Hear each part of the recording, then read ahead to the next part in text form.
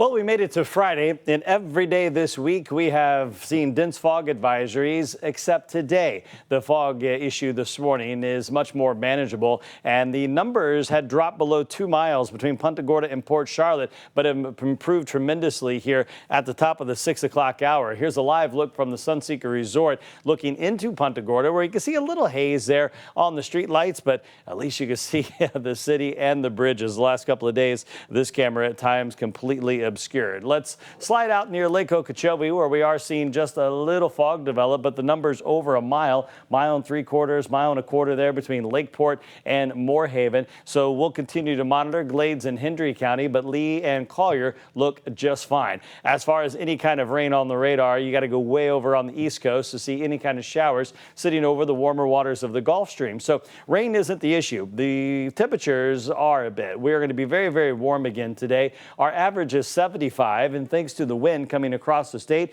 we're going to go back in the mid 80s this afternoon, and the warm weather is going to continue here through the weekend. Yesterday we hit 85, one shy of the record of 86. It was set back in 1989 and tied again there a couple years later in 1991. And as far as the other two climate sites, 2 below record values and way above that average of 75. We're starting our morning a little bit warmer, mid to upper 60s with 59 in Arcadia. So a bit of a spread there from DeSoto to southern Collier County. And with the wind expected to come across the state again today and picking up, gusting there in the mid-teens, we are expecting our temperatures to get back up around 85, if not a little warmer in some locations. And tonight, right back in the low 60s. So a warm stretch ahead, including the first and second day of the weekend. Saturday and Sunday will be there in the low to mid 80s. Across the rest of the country here, well, we got a cold front finally sliding across the Midwest here yesterday. Very active, quite a bit of severe weather,